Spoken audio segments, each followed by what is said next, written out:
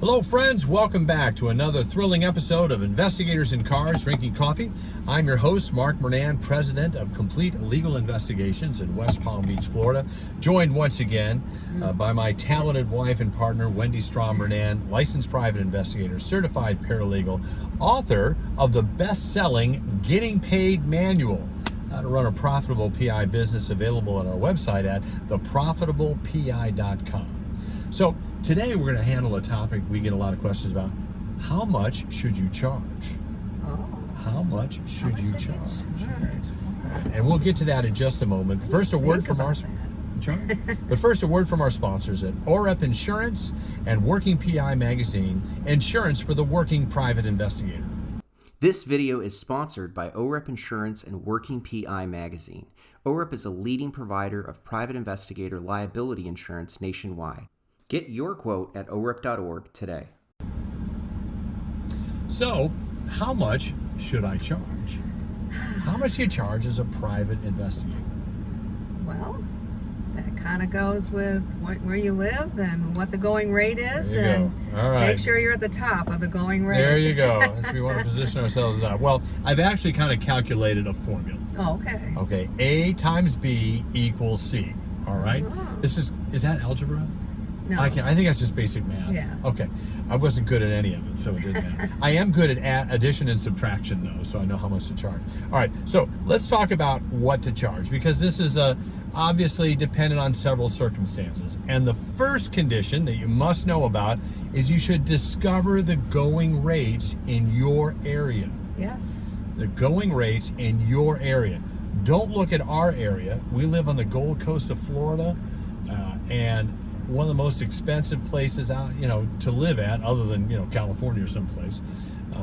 And the rates are going, and everything's going up because everybody's moving here. And even Florida's different in different sections. Different parts of Florida. So coastal We're in Florida. the Palm Beach area. In the Palm Beach, Miami, Fort Lauderdale area, you're going to have to charge more. It costs you more to live. Yep. However, if you are in Central Florida, North Florida, parts of the west coast of Florida, your rates may not be as high because that's a demographic and geographic adjustment. Maybe. Yeah. If you're in a metropolitan area along the East Coast, Philadelphia, Atlanta, New York, then your rates will be higher. Generally speaking, you'll find the rates to be higher. If you're in the Midwest, like friends of ours are in, Nebraska, Wisconsin, Montana, a friend of ours, Mike Toth, out there on the great upper Midwest, your rates may be substantially different. Right. So that is the first step. A is discover the rates, the going rates in your geographic area.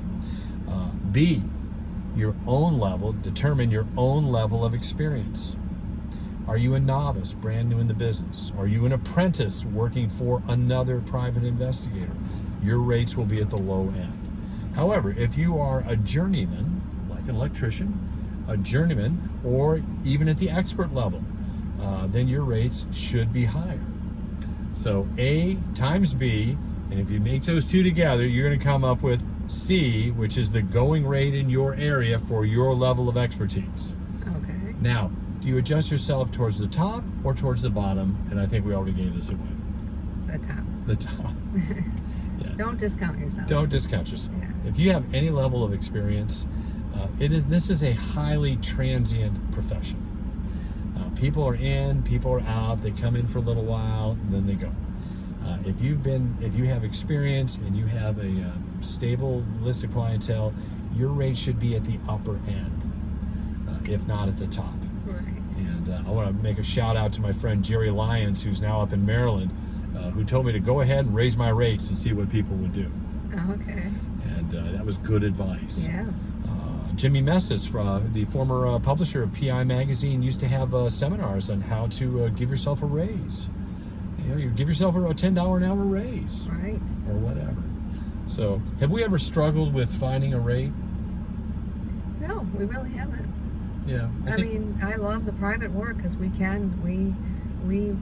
decide what rate we're going to charge. Yeah. It's wonderful. It's a beautiful thing. And if you're at the top end and you need to lower it periodically, it isn't such a big hit. Right.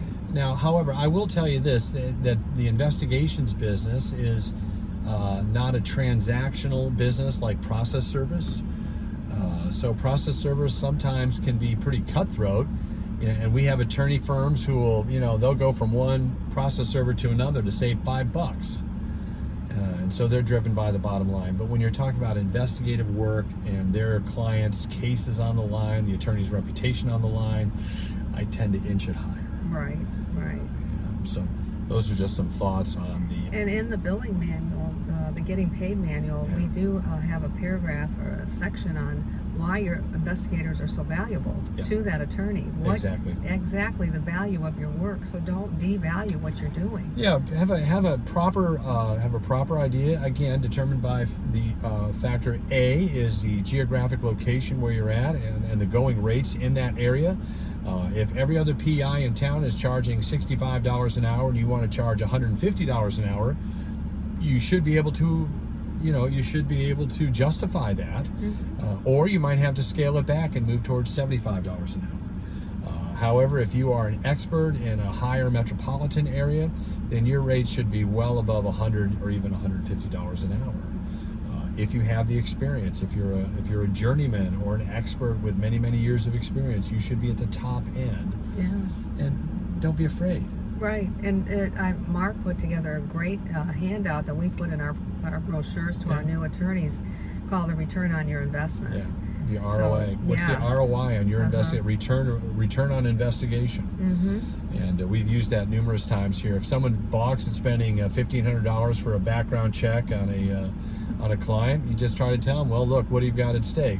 Well, I'm going to invest $100,000. Well, $1,500 is a pretty low investment to save yourself a lot of money. Right. We just had that happen. Yeah, exactly, for a client. So anyway, that's information is in the Getting Paid, Running a Profitable PI Business. That's our manual at theprofitablepi.com, theprofitablepi.com. So we urge you to go over to theprofitablepi.com, check out the manuals that are there, and think about your own rates, how you might justify a raise for yourself.